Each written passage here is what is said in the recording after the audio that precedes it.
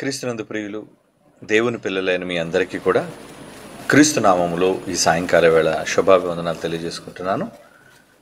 మరి ఈరోజు మనం మాట్లాడుకోబోయే ఒక అత్యవసరమైన అంశం నిత్యత్వం దేవుడికేనా? నిత్యత్వం దేవుని ఒక్కనికేనా? ఈరోజు క్రైస్తవ సమాజంలో అనేక మంది తమ భావాలను, అభిప్రాయాలను, తమ సొంత జ్ఞానాలని ప్రజలకు వినిపిస్తూ తాము ఊహించినది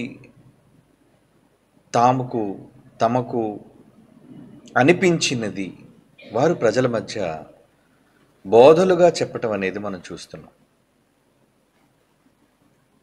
ఎవరు ఏది మాట్లాడినా, ఎవరు ఏది ప్రకటించినా దానికి మూలం బైబిల్, మనందరికీ ప్రామాణికం, జీవగ్రంథమైన బైబిల్.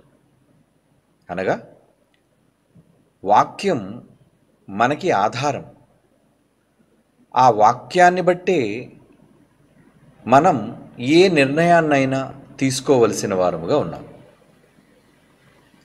మన సొంత అభిప్రాయాలకు, మన సొంత ఉద్దేశాలకు తావివ్వకుండా బైబిల్ దేనిని అంగీకరించిందో,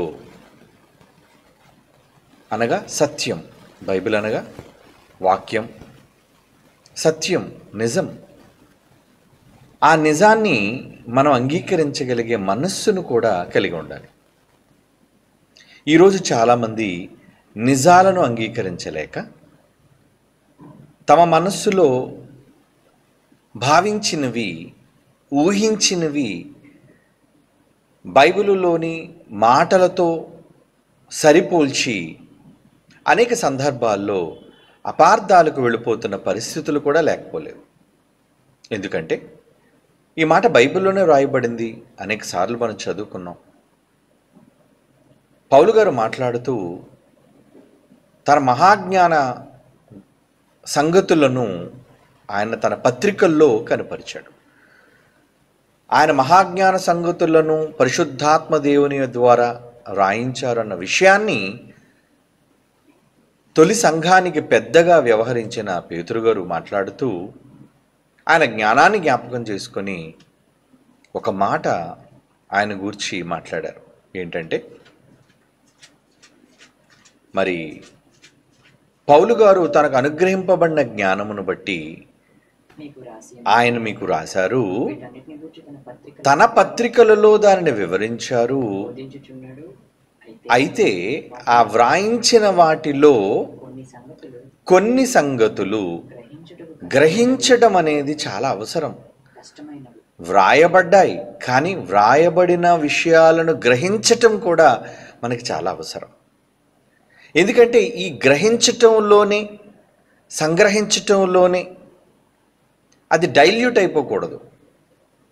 గ్రహించటం, సంగ్రహించటం అంటే బైబిల్ నుంచి మనం తీసుకోవటం, బైబిల్లో ఉన్న సత్యాన్ని మనం బయటకు తీయటం, ఎక్స్ట్రాక్ట్ చేయటం. ఉదాహరణకి,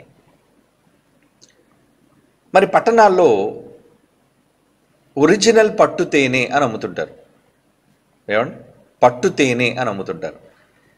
కానీ నిజానికి వాళ్ళు అమ్ముతుంది నిజంగా తేనెనా? తేనె పట్టు నుంచి తీసిన ఒరిజినల్ తేనెనా? లేదా ఏమైనా మిశ్రమాలతో కలిపి బెల్లం ద్వారా పాకాలుగా మలిచి ఆ రంగును రప్పించి దాన్ని కూడా ఒకవేళ తేనెగా అమ్ముతున్నారు.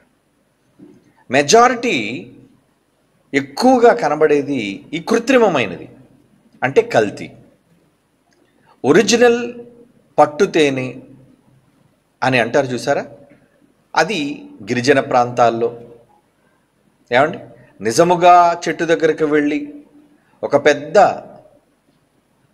పట్టును వాళ్ళు చూచి దాని నుంచి తేనెని సంగ్రహించి తెచ్చినప్పుడు దాని రుచి వేరు, దానివల్ల కలిగే ఆరోగ్య సూత్రాలు లేదా ఆరోగ్య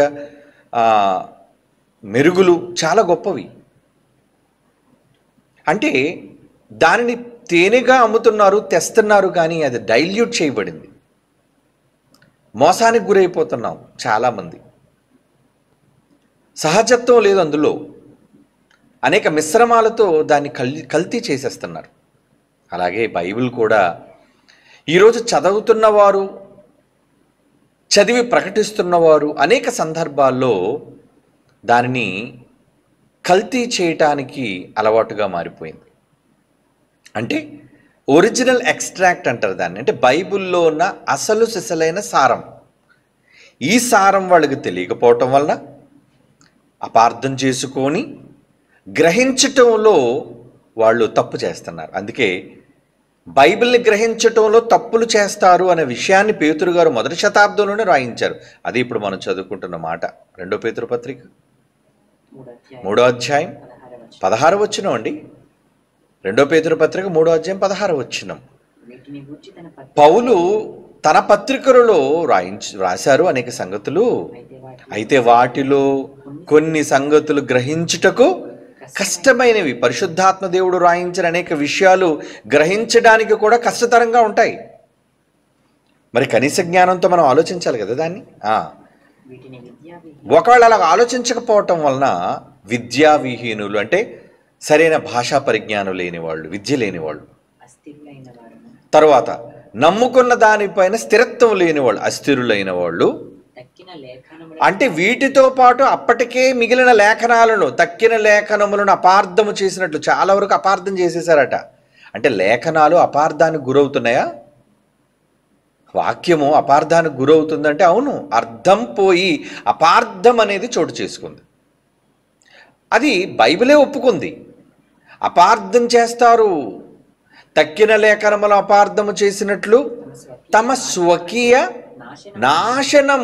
ఇలా అపార్థం చేయటం వల్ల కలిగే ప్రధానమైన ఒక శిక్ష ఏంటంటే నాశనం అంటున్నాడు. చూడండి, అంటే నాశనం జోలికి మనం వెళ్లకుండా ఉండాలి అంటే, మనకు నాశనం కలుగకుండా ఉండాలి అంటే లేఖనాలు ఏం చేయకూడదు అనమాట, అపార్థం చేసుకోకూడదు.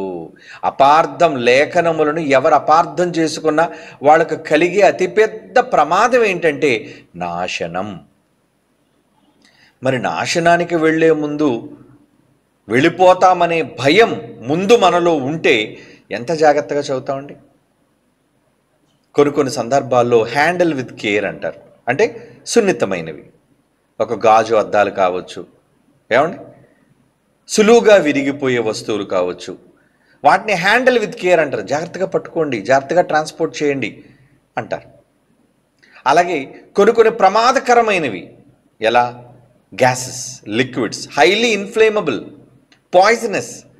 సల్ఫ్యూరిక్ యాసిడ్ తీసుకెళ్తాను అనుకోండి, ఒకవేళ ఎప్పుడైనా యాక్సిడెంట్ జరిగి ఆ లారీ ఒకళ్ళు బోల్తా పడితే పక్కన వాళ్ళందరూ కాలిపోతారు. ఒకవేళ అది ఏ పెట్రోలు, వైట్ పెట్రోలు అయితే మాత్రం ఇగ్నైట్ అయింది అనుకోండి, అంటే ఒకవేళ అది నిప్పు రాజుకుంది అనుకోండి, భగ్గుమని ఆ పరిసర ప్రాంతాలన్నీ కూడా దహించుకుపోతాయి. కనుక దాన్ని హ్యాండిల్ విత్ కేర్. ప్రమాదం ఉంది వాటితో, వాటిని హ్యాండిల్ చేయటం చాలా జాగ్రత్తగా చేయాలి. ఎలా పడితే అలా చేయకూడదు. మనుష్యుల విషయంలోనే మనం వాడుకునే నిత్య సరుకులలో, నిత్యావసర వస్తువులలో ఇన్ని విషయాలను, భద్రతను మనం పాటిస్తున్నప్పుడు వాక్య విషయంలో కూడా భద్రత లేకపోతే ఎలా చెప్పండి. భద్రత అనేది ప్రాముఖ్యం. సేఫ్టీ ఫస్ట్ అంటారు ఎప్పుడు కూడా. ముందు మన శ్రేయస్సు ముఖ్యం, క్షేమం ముఖ్యం. బైబిల్ని కూడా ఆపరేట్ చేస్తున్నప్పుడు కూడా క్షేమాన్ని చూడాలి. అక్షరాలే కదండి, ఏముంది చదువుకుంటే పోయిందిగా అని అనుకుంటున్నారా? చాలా ప్రమాదం. Handle with care. బైబిల్ అంటే ఏంటి? Handle with care. Highly inflammable అంటే దహించుకుపోతావు, జాగ్రత్త. నాశనం అంటే ఏంటి? బైబిల్లో ఒకవేళ అపార్థం చేసుకుంటే తర్వాత మీ బ్రతుకు బూడిద, అగ్నిమయం. కనుక బైబిల్ చదివేటప్పుడు, బైబిల్ ప్రకటించేటప్పుడు, బైబిల్ గురించి ఒక నిర్ధారణకు వచ్చేటప్పుడు మనం ఏం చేయాలంటే హ్యాండిల్ విత్ కేర్. బైబిల్ చాలా జాగ్రత్తగా హ్యాండిల్ చేయాలి. ఏదో ఇది ఒక మత పుస్తకం అండి, లేదంటే ఏదో నేను నమ్ముకున్న ఒక పవిత్ర గ్రంథం అండి, నేను ఎలా చదివితే ఏంటండి, ఎలా తీసుకుంటే ఏంటండి, నా మనసులో నమ్మకం ఉందండి, ఇటువంటి తప్పుడు విధానాలలో బైబిల్ని స్వీకరించకూడదు. అలా స్వీకరించబట్టే ఈరోజు క్రైస్తవ్యం ముక్కలు చెక్కలైపోయింది. ఒకే మాటను పట్టుకొని పలు రకాలుగా భిన్నాభిప్రాయాలు మనుష్యుల మధ్య ఎందరో కోట్ల మంది బ్రతుకులను దహించేస్తున్నాయి, అది వాళ్ళకి అర్థం కావటం లేదు. కనుక మనం కూడా దహించబడకుండా ఉండాలి అంటే హ్యాండిల్ విత్ కేర్. బైబిల్ చాలా జాగ్రత్తగా దాన్ని ఆపరేట్ చేయాలి. ఏమండి, గన్ పౌడర్ దగ్గర చాలా భద్రంగా ఉండాలండి. ఇగో దీపావళి వస్తుంది, అక్కడ ఎలా ఉంటుంది, ఆ ప్లాంట్ల దగ్గర కావచ్చు, లేదంటే ఆ గొడౌన్స్ దగ్గర కావచ్చు, ఎలా పడితే అక్కడ చాలా దూరంగా పెడతారు ఎప్పుడు కూడా అటువంటి వాటిని. ఎందుకంటే అక్కడ నిప్పు రాకూడదు, లేదంటే ప్రాణాంతకం. అలాగే బైబిల్ విషయంలో అశ్రద్ధ కూడదు, ప్రమాదకరం, హానికరం. ఈ భద్రత అందరూ పాటించాలి. ఎవ్రీబడి, క్రైస్తవులుగా బైబిల్ చదివే మీరు, నేను, అందరం పాటించాలి దీన్ని. అపార్థం చేసుకొని ఏమైపోతారంటున్నాడండి, ఏమైపోతారు? తమ స్వకీయ సొంత నాశనానికి అపార్థము చేయుదురు. వక్రమంగా తిప్పడం అంటారు దాన్ని, అంటే వాళ్ళకి నచ్చినట్లుగా తిప్పుకోవటం. ఈరోజు చూడండి, ఏదైనా ఒక టాపిక్ సోషల్ మీడియా వచ్చిన తర్వాత అండి ఎంత దారుణం అయిపోయిందంటే, ఎవరు నోటుకొచ్చింది వారు మాట్లాడడం, వాడు సొంతగా ఛానల్ పెట్టేసుకోవడం, ఒక చీప్ మొబైల్ కొనేసుకోవటం, డబ్బులు లేకపోతే, డబ్బులుంటే కెమెరా కొనుక్కుంటాడు, దాని ముందుకు వస్తాడు, ఒక లైటింగ్ సరిగ్గా ఉండదు, ఏమండి, ఒక ఆలోచన విధానం సరిగ్గా ఉండదు. నేను కూడా చెప్పేయాలి, నాకు కూడా వ్యూస్ రావాలి, నాకు కూడా ప్రజల మధ్య గుర్తింపు కావాలి. గుర్తింపు కోసం వాక్యం చెప్పేవాళ్ళు, గుర్తింపు కోసం ప్రజల మధ్యకు ఛానల్స్ రూపంలో వెళ్ళేవాళ్ళు, ఇకపోతే దాని నుంచి లాభాలను ఆశించేవారు. ఏంటది అంటే సరిగ్గా హ్యాండిల్ చేస్తున్నారా? బైబిల్ని సేఫ్గా హ్యాండిల్ చేయాలి, లేదంటే అది నీ ప్రాణం తీస్తుంది. నీ ప్రాణం రక్షించేదే నీ ప్రాణాన్ని ముగిస్తుంది నిత్యాగ్ని దండనలో. కనుక జాగ్రత్త పడాలి. ఏదైనా ఒక సందర్భం ప్రజల మధ్యకు వచ్చేసరికి అందరూ దానికి సంబంధించి మాటలు, వాదాలు, వాగ్వివాదాలు, చివరకు ఒకరి మీద ఒకరు బురద చల్లుకోవటాలు, దూషించుకోవడాలు. అక్కడితో పోయి ఇంకేమైపోయిందండి, అన్యజనులు, నమ్మని వాళ్ళు దూషించారంటే అర్థం ఉంది, క్రైస్తవుడా నువ్వు కూడా దూషణ చేస్తున్నావా, నువ్వు కూడా దూషణకు దిగుతున్నావా? ఎందుకంటే ఎవరి కోసమైనా వాళ్ళు రాసే కామెంట్లు అంటారు చూసారా, వాటిని చదవండి, ఎంత దారుణంగా ఉంటాయో. నచ్చిన వాళ్ళు కామెంట్లు అయితే ఒకలా ఉంటాయి, నచ్చని వాళ్ళు కామెంట్లు అయితే ఒకలా ఉంటాయి. అంటే ఎంత దారుణానికైనా ఒడిగొట్టి, ఎంత నీచానికైనా దిగజారి మాట్లాడాలనుకునే పరిస్థితులు ఈరోజు క్రైస్తవుల మధ్య వచ్చేసాయి. సమాజం ఎలాగ తగలబడిపోయింది పోనివ్వండి, కానీ ప్రభువు నమ్ముకున్నామని చెప్పుకున్న వారి పరిస్థితులు ఎలా ఉన్నాయి ఈరోజు? వాళ్ళలో కక్షలేంటి, వాళ్ళలో ఆవేశాలేంటి, వాళ్ళలో కోపోద్రేకాలేంటి? దేవుని పిల్లలారా, వారందరూ మాట్లాడుకొని అపార్థం చేసుకొని, అంటే వాక్యాన్ని అపార్థం చేసుకోవటం, ఒకరొకలా చెప్పడం, మరొకలా చెప్పటం. కనుక ముందు మనం అంతా ఏం చేయాలి? అపార్థాలు వద్దు, ముందు మనం కూర్చొని ఏది యథార్థం, ఏది నిజం, ఏది సత్యం, దానికి ప్రామాణికం బైబిల్, పవిత్ర గ్రంథం, దాన్ని చదువుకుందాం, నేర్చుకుందాం. నాకంతా తెలుసు అనుకోవడం కన్నా బైబిల్ దగ్గర మనం అంతా విద్యార్థులమే కనుక మనం కూర్చొని పరిశీలించి ఏది నిజాలు అనేది ఏమండి చర్చలు తేలుతుంది. ఒక సమస్య కోర్టుకు వెళ్ళేటప్పుడు ఆ కోర్టుకి ఆ సమస్య కోసం ఇరు పక్షాల లాయర్లు, అడ్వకేట్లు ఏం చేస్తారంటే వాదోపవాదాలు చేస్తారు. వాళ్ళేం కొట్టుకోరు, వాళ్ళేం తిట్టుకోరు, దుర్భాషలాడరు. సత్యాన్ని బయటికి తీయడం కోసం చర్చ జరుపుతారు అక్కడ, ఏది నిజం ఏది అబద్ధం అనేది. అప్పుడు అందులోంచి ఒక సత్యం బయటకు వస్తుంది. అప్పుడు దానిని జడ్జ్, న్యాయమూర్తి ఆమోదించి ఇది నిజం ఇది అబద్ధం అని తీర్పునిస్తాడు. అలా సత్యం బైబిల్ కనుక ఆ సత్యాన్ని మాట్లాడుకోవడం కోసం, ఆ సత్యాన్ని గురించి చర్చించుకోవడం కోసం ఏం చేయాలండి? ఇరుపక్షాల లాయర్లు కూడా నల్లకోట్లు చింపుకొని ఏమంటే బట్టలు చింపుకొని ఒకరికొకరు ముష్టి యుద్ధానికి పాటుపడతారు అనుకోండి. ఇక బోన్లో ఉన్న ముద్దాయి సంగతి ఏంటి చెప్పండి? ఒరే మీరు కొట్టుకు చచ్చిపోతే నా పరిస్థితి ఏంటి? నాకు శిక్ష వేసేస్తాడు చూస్తే న్యాయమూర్తి. కనుక అక్కడ ముష్టిఘాతకానికి కాదు అక్కడికి వెళ్ళింది, చక్కగా సంభాషణతో మాట్లాడుకొని చర్చించి నిజానిజాలను నిరూపించాలి, తెలుసుకోవాలి, బహిర్గతం చేయాలి. ఈరోజు ఎందుకో క్రైస్తవ్యానికి అది లోపిస్తుంది. ప్రతి చిన్నదానికి ఆవేశం, ప్రతి చిన్నదానికి తొందరపాటుతనం, అబద్ధాలను సైతం ప్రజల మధ్య మాట్లాడడం, అబద్ధాలను సైతం ప్రజల మధ్య చొప్పించడం, నోటుకు వచ్చిందల్లా మాట్లాడడం, తెలియనిది కూడా వీళ్ళకి తెలియని దాని గురించి కూడా మాట్లాడడం. వాళ్ళకి ఏమీ తెలియకపోయినట్ట వాళ్ళు ఎలా మాట్లాడతారట? విస్తారంగా మాట్లాడతారట. జనాలు జరగబోయేది ఏంటో తెలియకపోయినా మాట్లాడడంలో వాళ్ళకున్న జబ్బు ఏంటంట? విస్తారంగా మాట్లాడతారని చెప్పాడు మహాజ్ఞాని సొలొమోను. ప్రసంగి గ్రంథం 10వ అధ్యాయం 14, ప్రసంగి గ్రంథం 10వ అధ్యాయం 14 వచనం. ఇక్కడ ఒక ఇష్యూ కోసం చెప్తున్నాడు. అంటే మనిషి చనిపోయిన తర్వాత ఏమవుతాడు అని ఒక సబ్జెక్ట్ తీసుకుంటే అదొక సబ్జెక్ట్. ఆ సబ్జెక్ట్ కోసం ప్రజలు ఎలా ఉంటారట? కలుగబోవున్నది ఏదో వీళ్ళకి తెలియకపోయినా బుద్ధిహీనులు, బుర్ర లేనివాడు, జ్ఞానం లేనివాడు ఏం చేస్తారటండి? అబ్బబ్బబ్బ విస్తారంగా మాట్లాడతారటండి. ఈరోజు చూడండి, ఎక్కడ చూడండి ఒక చిన్న ఇష్యూ రగులుకుంటే చాలండి, ఏమండి అది రాష్ట్రానికి సంబంధించిన ఇష్యూ కావచ్చు, దేశానికి సంబంధించిన ఇష్యూ కావచ్చు, ఒక కుటుంబానికి సంబంధించిన ఇష్యూ కావచ్చు, చివరికి బైబిల్ సంబంధించిన ఇష్యూ కావచ్చు, ఏ ఇష్యూ అయినా మాట్లాడే వాళ్ళు ఏమైనా తక్కువ ఉంటారండి? ఏంటి ప్రతి ఒక్కరు పోస్టులు పెట్టాడమే, ప్రతి ఒక్కరు మాట్లాడాడమే, ఏం తెలిసిన మాట్లాడుతున్నారు విస్తారంగా. అలా మాట్లాడే వాళ్ళంతా ఎవరో తెలుసా? జ్ఞానులు అనుకోకండి. ఎక్కువ మాట్లాడేవాడిని ఏమన్నా తెలుసా? బుద్ధిహీనులు.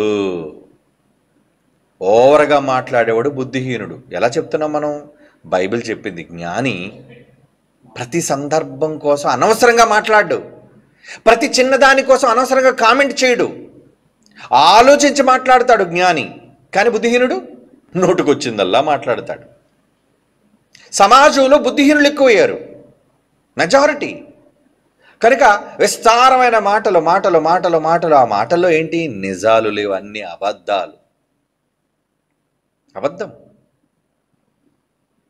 ఈరోజు మనం మాట్లాడుకోబోయే అంశంలో నిత్యత్వం నిత్యత్వం నిత్యత్వం నిత్యత్వం. ఈ మధ్యకాలంలో దీనికోసం తెగ పీక్కుంటున్నారండి. అందరూ జుట్లు పీక్కుంటున్నారు.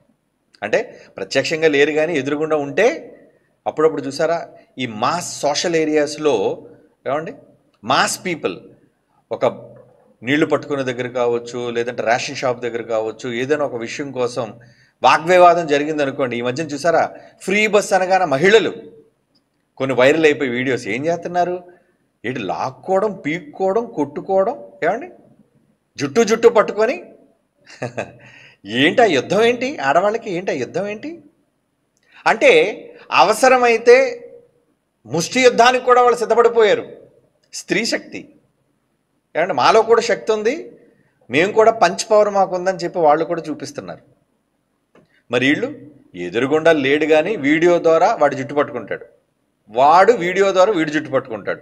అంటే ప్రత్యక్షంగా స్త్రీలు ఎలాగైతే కొట్టుకుంటున్నారో ఈరోజు విజ్ఞులను చెప్పుకొని, మేము మేధావులను చెప్పుకొని వీళ్ళు కూడా సోషల్ మీడియాలోనికి వచ్చి వీళ్ళు ఏం చేస్తున్నారు? పోస్టులు. అందులో మధ్యవర్తులండి. ఒరిజినల్ వ్యక్తి ఒక మాట మాట్లాడితే దానికి ఒక 2-3 ఫోటోలు అదనంగా యాడ్ చేసి, ఏమండి వీటి సంబంధించిన విషయాలను గురించి కూడా, పనికిరాని విషయాలను గురించి కూడా, అనవసరమైన వ్యక్తులను కూడా తలదూర్చేటట్టు చేసి వాళ్ళని కూడా సమస్యల్లోనికి లాగి దాని మీద పోస్ట్ పెట్టడం. అంటే ఏంటి? కొంతమంది ఫెమిలియర్ ఫేస్లు ఉన్నాయనుకోండి, అందరికీ తెలిసిన ముఖాలు, వాళ్ళ ముఖాలు ఫోటోలుగా పెట్టడం వల్ల ఏంటంటే వ్యూస్ పెరుగుతాయి. దానికి ఏంటి ఈయన ఫోటో ఉందేంటి, ఏం మాట్లాడారు దీనికోసం, ఏంటుంది ఇందులో అంశం? అలా సంబంధించని విషయాలలోకి కూడా వ్యక్తులను కూడా లాగి గొడవ పెద్దది చేయటం, అల్లరి చేయటం. ఒక విధంగా మనమంతా పరిశుద్ధాత్మను పొందిన వాళ్ళం. పరిశుద్ధాత్మ దేనికి కర్త కాడు అని బైబిల్ చెప్పిందంటే అల్లరి. అసలు అల్లరి ఉండదు ఆయన దగ్గర, చాలా కామ్ గోయింగ్. ఏమండి అప్పుడప్పుడు ఆడవాళ్ళ విషయంలో మాట్లాడేటప్పుడు ఏమండి, ఆ అమ్మాయి చాలా కామ్ గోయింగ్ అండి, అసలు ఉన్నట్టే తెలియదండి. అదే మరికొంత కోసం మాట్లాడితే అబ్బా, ఎక్కడ చూసినా ఏ వీధిలో చూసినా అమ్మాయి కనబడుతుందండి, ఎక్కడ చూసినా ఆ పిల్ల కనబడుతుంటుందండి. అంటే వ్యక్తిత్వంలో తేడా. అంటే కామ్ గోయింగ్గా ఉన్నారా? పరిశుద్ధాత్మ దేవుడు నిజంగా క్రైస్తవులుగా మనకు వస్తే కామ్నెస్ ఎక్కడుంది మనలో? కామ్ అంటే పీస్, శాంతి, సమాధానం. పరిశుద్ధాత్మ దేవుడు దేనికి కర్త? సమాధానమునకే అనుకు మాట కూడా ఉంటుంది, అని సమాధానమునకే కానీ అల్లరికి కర్త కాడు అంటాడు. అంటే ఆయన ఉన్న చోట సమాధానం ఉంటుంది.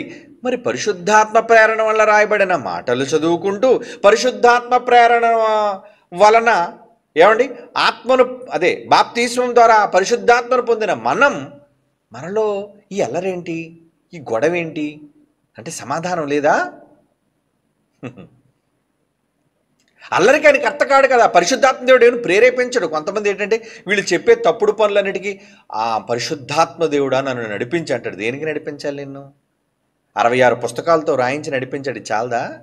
అంటే నువ్వు పలికిరాని ప్రతి మాట పలికితే దానికి పరిశుద్ధాత్మ దేవుడి మీద నెడతావా? ఈరోజు అలా అయిపోయాడు పరిశుద్ధాత్మ దేవుడు. వీళ్ళు చెప్పే ప్రతి మాటకి ఇది పరిశుద్ధాత్మ ప్రేరణ వలన జరిగిందండి, నాకు పరిశుద్ధాత్మ దేవుడు నడిపింపు వల్ల నేను ఈ మాటలు మాట్లాడుతున్నానని వీడి నోట నుంచి వచ్చే ప్రతి అబద్ధానికి పరిశుద్ధాత్మ దేవుణ్ణి దోషిగా నిలబడుతున్నారు ఈరోజు చాలామంది బోధకులైన వాళ్ళు. నిజం. మరి పరిశుద్ధాత్మ అల్లరికి కర్త కానప్పుడు పరిశుద్ధాత్మను పొంది బాప్తిసం తీసుకున్న మన మధ్య ఏంటి అల్లరి? సమాధానంగా మాట్లాడుకోలేమా? అంటే గతంలోని వాళ్ళు నేర్పించేశారు మనకి. ఏంటి? రెచ్చగొట్టడం, పోస్టులు పెట్టడం, వర్గాల మధ్య చిచ్చు పెట్టడం, అవసరమైతే ఎదురు పడితే దూషించుకోవటం, ఇవన్నీ అల్లరి అల్లరి అల్లరి. ఈ మధ్యన సోషల్ మీడియాలో అల్లరి అంటారు. ఏంటి అల్లరి అంటే? పరిశుద్ధాత్మ దేవుడు అల్లరి సృష్టిస్తున్నాడా? అంటే ఎలా వీళ్ళు వాక్యాన్ని పక్కత్రోవ పట్టిస్తున్నారు. ఇవి బైబిల్కి భిన్నమైనవి కనుక నిత్యత్వం. ఈరోజు జరుగుతున్న సోషల్ మీడియాలో జరుగుతున్న పరిశుద్ధాత్మ దేవుని గురించిన అల్లరి ఏంటో తెలుసా అండి? ఎవరట? నిత్యత్వం. యేసుప్రభు నిత్యుడు, యేసుప్రభు నిత్యుడు, యేసుప్రభు నిత్యుడు. నిత్యుడని మేము అంటున్నాం, మీరు నిత్యుడు కాదు అంటున్నారు. ఒకళ్ళ మీద అపవాదులు వేసేసి వాళ్ళ అభిప్రాయాలు ఏంటో తెలుసుకోకుండా, వాళ్ళ భావాలు ఏంటో తెలుసుకోకుండా, వాళ్ళు ఏం మాట్లాడుతున్నారో తెలియకుండా, ఏమండి మీరు ఫలానా ఏంటది అభిప్రాయాన్ని మీరు సపోర్ట్ చేస్తున్నారు, మీరు ఫలానా సిద్ధాంతాన్ని మీరు సపోర్ట్ చేస్తున్నారని తప్పుడు వాదాలు, తప్పుడు అభిప్రాయాలు, వీడి మదిలో మెదిలిన తప్పులన్నిటినీ కూడా ప్రజల మధ్య పెడుతున్నారు. అంటే ఎంత అల్లరికి వీళ్ళు కర్తలవుతున్నారు. అంటే వాళ్ళు నడిపిస్తుంది నిజంగా పరిశుద్ధాత్ముడు అంటారా? నెవర్. కానే కాదండి. అల్లరిని సృష్టించేవాడు పరిశుద్ధాత్మ ఎందుకు అవుతాడు చెప్పండి? అల్లరిని తగ్గించేవాడు, సమాధానాన్ని, శాంతిని నెలకొల్పేవాడు. నేను రాసిన పాటలు కూడా అదంతా చూడండి. శాంతిని స్థాపించి సమాధానాన్ని నెలకొల్పేదే పరిశుద్ధాత్మ దేవుని మీద రాసిన పాట. ఆయన గుణం ఏంటి, ఆయన తత్వం ఏంటి? దేవుని పిల్లలారా, మరి ఈరోజు మాకు పరిశుద్ధాత్మ ఉందని చెప్పుకుంటున్న వీళ్లలో నిజంగా పరిశుద్ధాత్మ దేవుడు పనిచేస్తానంటున్నారా? లేదా వాళ్ళ లోపల ఉండి బాప్తీసం తీసుకుని వాళ్ళ దగ్గరకు వచ్చినప్పుడు వాళ్ళ క్రియలను చూసి లోపల దుఃఖపడుతున్నాడా? దుఃఖపడుతున్నాడు. పరిశుద్ధాత్మ దేవుని దుఃఖపెట్టకుడి అని అంటాడు. అందుకే మీరు అనవసరంగా పరిశుద్ధాత్మ దేవుని దుఃఖపెడుతున్నారు అని ఏమీ అనకుండా ఊరకున్నాడు కాబట్టి మీకు నచ్చిందల్లా మీరు మాట్లాడుతున్నారు కదా, అని ఏం అంటలేదు కదా. పరిశుద్ధాత్మ దేవుని దుఃఖపెట్టకుండా అని పౌలు బాధపడుతున్నాడండి. ఎఫ్సి పత్రిక 4వ అధ్యాయం చూడండి. ఎఫ్సి పత్రిక 4వ అధ్యాయం 29, 30, 29, 30 ఏమంటున్నాడు అక్కడ? వినువారికి మేలు కలుగునట్లు అవసరమును బట్టి క్షేమాభివృద్ధి కలిగించే అనుకూలమైన మాట నీ నోట ఎంత బాగుంటుంది, ఎంత హాయిగా ఉంటుంది. ఏమండి? అనవసరమైన పనికిరాని దుర్భాషలు మాట్లాడటం మీ నోట రానివ్వకండి. దేవుని పరిశుద్ధాత్మను దుఃఖపరచకండి. ఏది పడితే అది కామెంట్లుగా రాసి, ఏది పడితే అది పోస్టులుగా మలిచి, ఏది పడితే అది హెడ్డింగ్లుగా పెట్టి ఈరోజు ప్రజలను రెచ్చగొడుతున్నారే, ప్రజల్లో ఆవేశాలను నింపుతున్నారే. ఏంటది? దుర్భాషలు ఇవన్నీ. నీ భాష మంచిదైతే అది సద్భాష. నీ భాషలోని దుర్మార్గత ఉంటే అది దుర్భాష. అలాంటి దుర్భాషల ద్వారా ఈరోజు ప్రజల మధ్య అల్లరులను సృష్టిస్తున్నారు. ఇది క్రైస్తవులుగా తగదండి, క్రైస్తవులకు తగదు. పరిశుద్ధాత్మను పొందిన వారిగా మనకు తగదు. ఒకవేళ లోపల ఉండి, ఎందుకంటే వచ్చాడు బాప్తిసం తీసుకున్నప్పుడు వస్తాడు ఆయన అందరి దగ్గరికి, కానీ మన ప్రవర్తన చూచి వాక్యాన్ని మనం వక్రీకరిస్తున్నప్పుడు, ఆయన చెప్పిన భావాలను మనం వక్రీకరించి తృణీకరించి తప్పుగా బోధిస్తూ మాట్లాడుతున్నప్పుడు పరిశుద్ధాత్మ దేవుడు దుఃఖపడడా? లోపల వేదన, చాలా బాధపడుతుంటాడు ఆయన. అలా బాధపడే పరిస్థితులు ఈరోజు ప్రెజెంట్ చాలా బాధపరుస్తున్నారండి ఆయన్ని.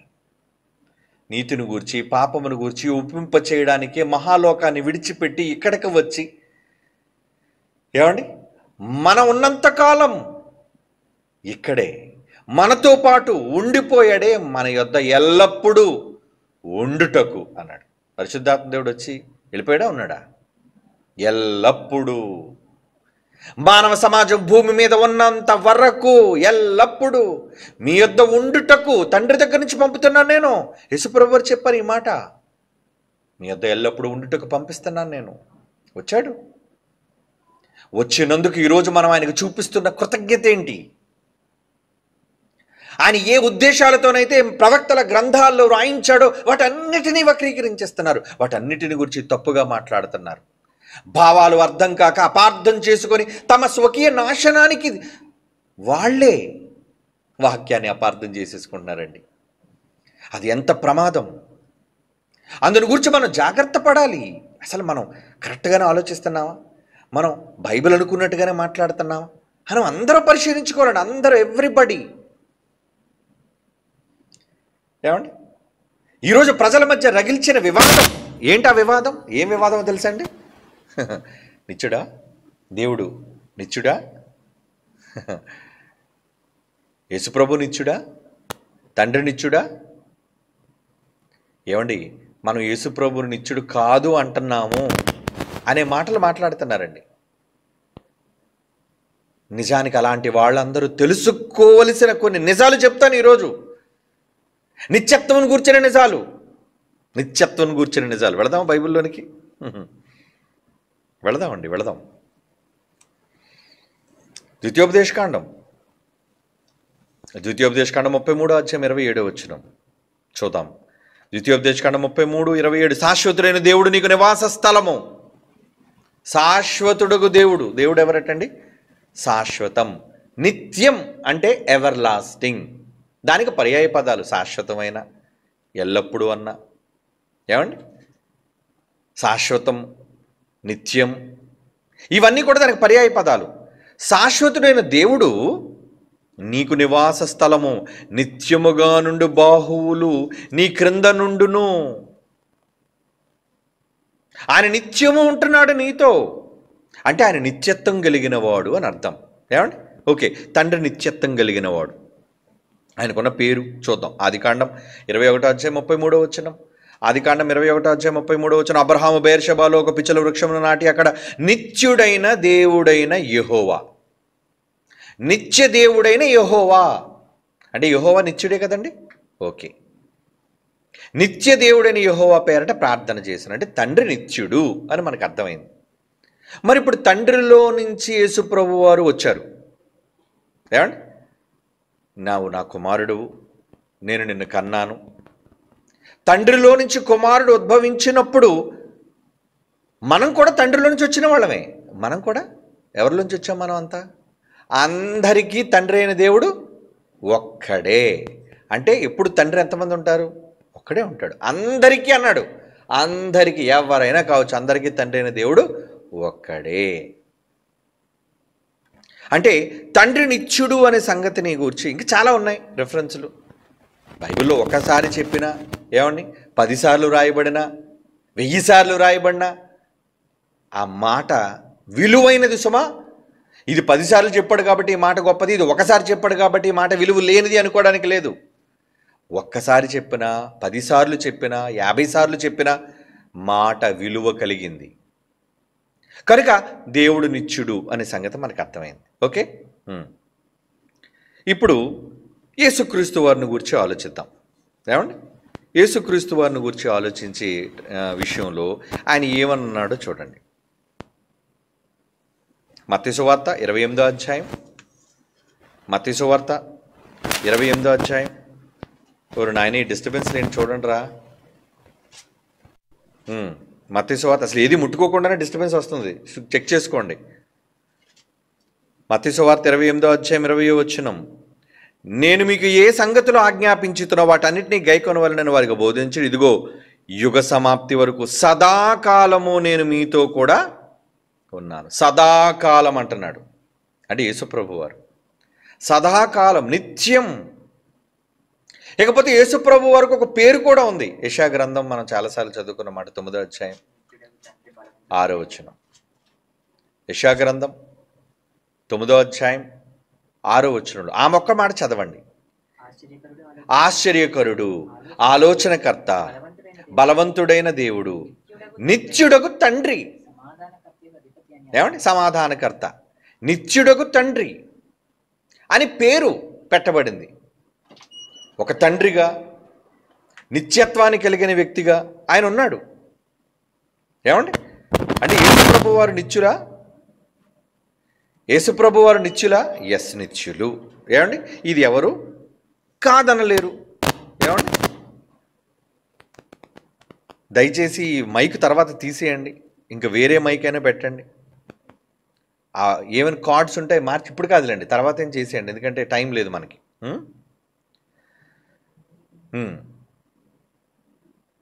హెబ్రీలకు రాసిన పత్రిక 7వ అధ్యాయం 25వ వచనం. యేసుప్రభు వారిని కూర్చోండి, చూద్దాం. హెబ్రీ పత్రిక 7వ అధ్యాయం 25వ వచనం. ఈయన తన ద్వారా దేవుని యొద్దకు వచ్చు వారికి, ఈయన తన ద్వారా దేవుని దగ్గరికి, తండ్రి దగ్గరికి వచ్చే వారికి ఈయన ఏం చేస్తున్నాడట? పక్షమున విజ్ఞాపన చేయుటకు నిరంతరము జీవించుచున్నాడు. యేసుప్రభు వారు ఎలా జీవిస్తున్నారటండి? నిరంతరం. నిత్యమన్నా, నిరంతరమన్నా, శాశ్వతమన్నా, ఎల్లప్పుడూ అన్నా.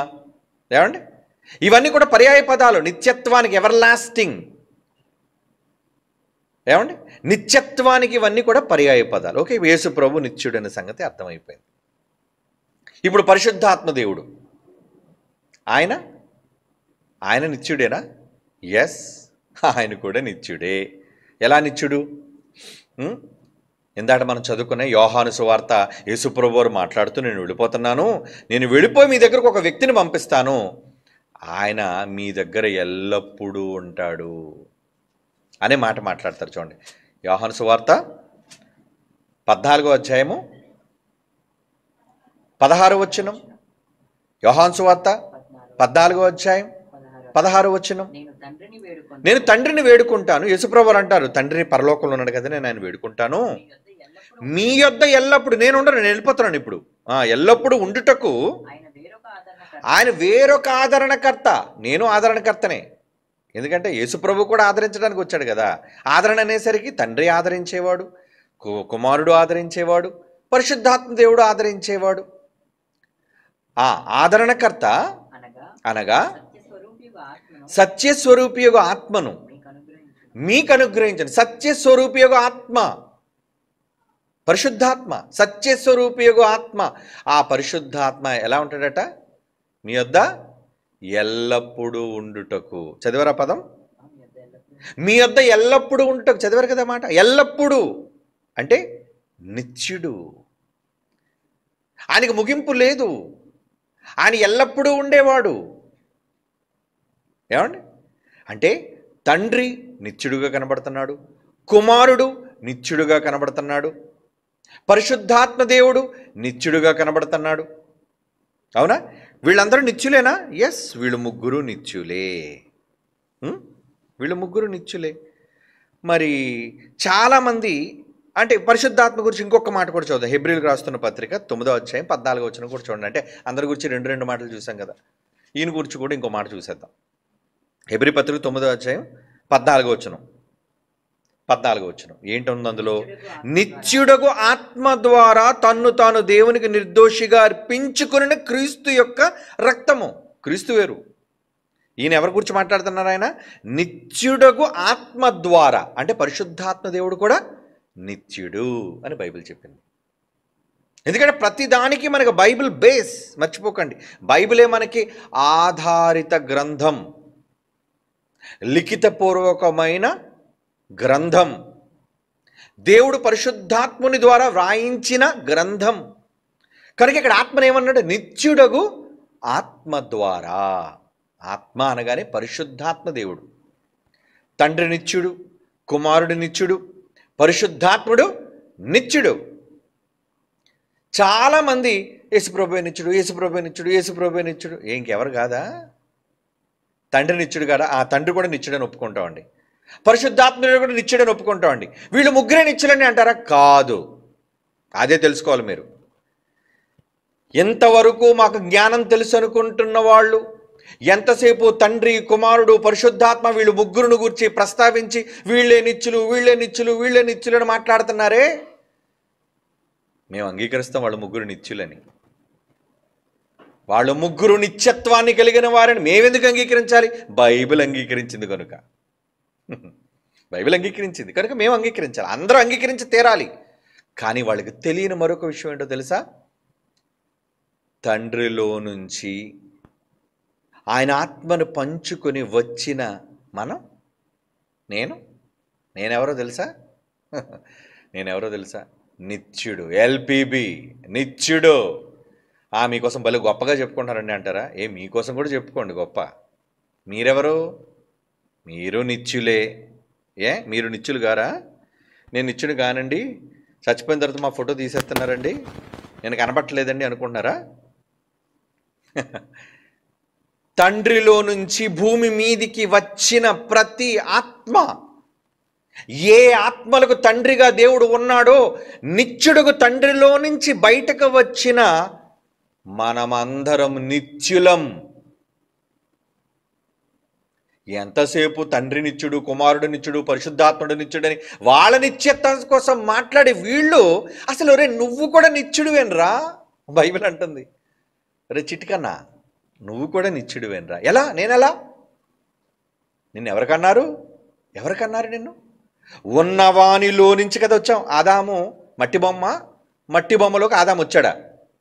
మట్టి బొమ్మలోనికి ఆదాము వచ్చాడు. ఎక్కడి నుంచి వచ్చాడు? దేవునిలో నుంచి, పరలోకం నుంచి తీయలేదు. ఎక్కడి నుంచో, ఏ మూల నుంచో, ఏ సందు నుంచి తీయలేదు. ఆయన తనలోని జీవవాయువును ఓదగా భాగం అన్నాడు. అందుకే ఇంక ఇవన్నిటిలోకి వెళ్తే చాలా పెద్ద సబ్జెక్టు. మనం దేవుని భాగాలము, బైబిల్ దాన్ని అంగీకరించింది. అంటే ఆయన పార్ట్, నువ్వు ఒక పార్ట్. దేవుడు ఒక పెద్ద బంతి అయితే ఆ బంతిలో ఒక చిన్ని కణం లాంటి వాడు నువ్వు కూడా. ఆత్మ అందులో ముక్క, నువ్వు పార్ట్ అంటే ఒక ముక్క, భాగము అన్నారు. మరి ఈ భాగం అది ఒకటేనా?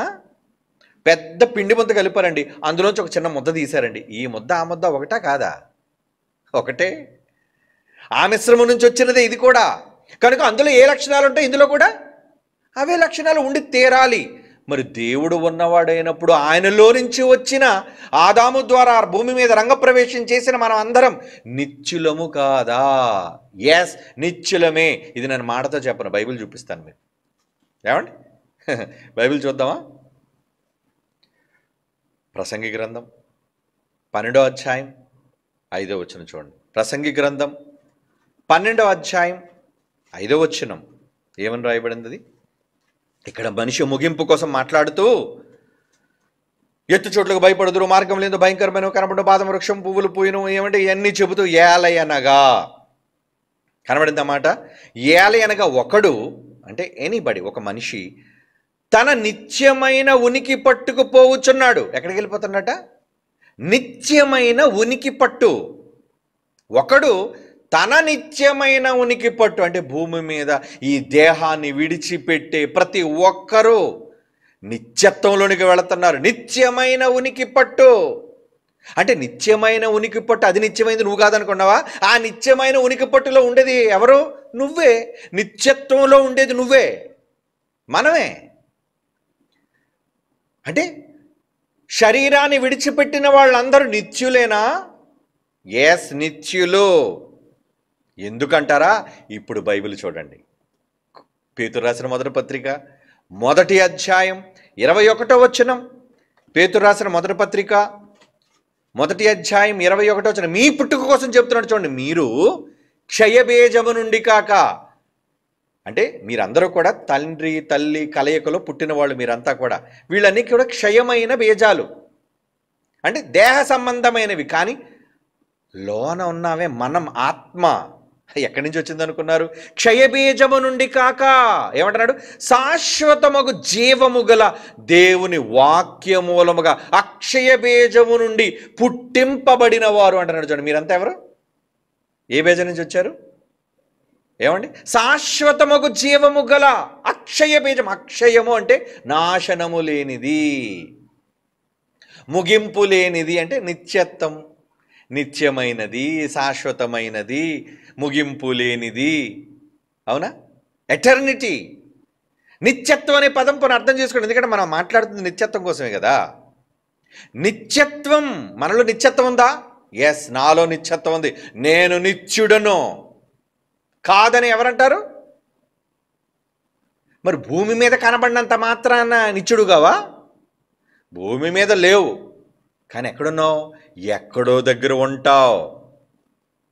ఎందుకంటే మనం పుట్టింది దేవుని బీజం. బీజం అంటే ఆయన అంశం అని అర్థం. ఆయనలో నుంచి వచ్చాం మనం. ఆయన ఆత్మను పంచుకొని పుట్టాం.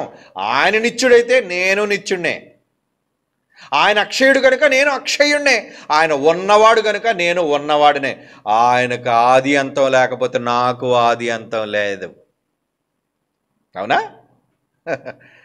దేవుడికి ఆది అంతం ఉందా? లేదు. యేసుప్రభుకి ఆది అంతం ఉందా? లేదు. పరిశుద్ధాత్మ దేవుడికి ఆది అంతం ఉందా? లేదు. మీకు ఆది అంతం ఉందా? లేదు.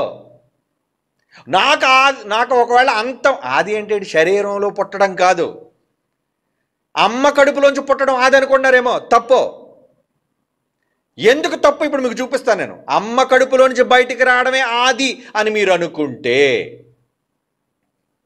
యోబు గ్రంథం 38వ అధ్యాయం, ఏమండి? యోబు గ్రంథం 38వ అధ్యాయం 4వ వచనం చూడండి. నేను భూమికి పునాదులు వేసినప్పుడు యోబు నువ్వు ఎక్కడ ఉన్నావు అని ప్రశ్న చాలాసార్లు మీరు చదివారు. ఏమండి? నీకు వివేకం కలిగి ఉంటే చెప్పు అని ప్రశ్నించి 21వ వచనంలో ఏమన్నాడు? నీవు బహువృద్ధుడవు. నేను ఈ భూమికి పునాది అంటే భూమిని ఇంకా నేను చేయలేదు, భూమిని నేను పుట్టించలేదు ఇంకానా. భూమి పుట్టిన తర్వాత మనిషి పుట్టాడా? భూమి పుట్టకముందు మనిషి పుట్టాడా? భూమి పుట్టిన తర్వాత కదా. 6వ రోజు ముగింపులో మనిషి పుట్టాడు, ఆదాము. ఓకే. అంటే దేహ సంబంధమైన జననం, దేహ సంబంధమైన ప్రారంభం కోసం చెప్తున్నాడు. కానీ ఇక్కడ ఏమంటున్నాడు? నేను భూమికి పునాదులు వేసినప్పుడు నువ్వెక్కడ ఉంటివి? యోబుతో అడుగుతున్నాడు. వివేకం ఉంటే చెప్పు. 21వ వచనం, నీ బహువృద్ధుడవు, నీవు అప్పటికి పుట్టి ఉంటివి.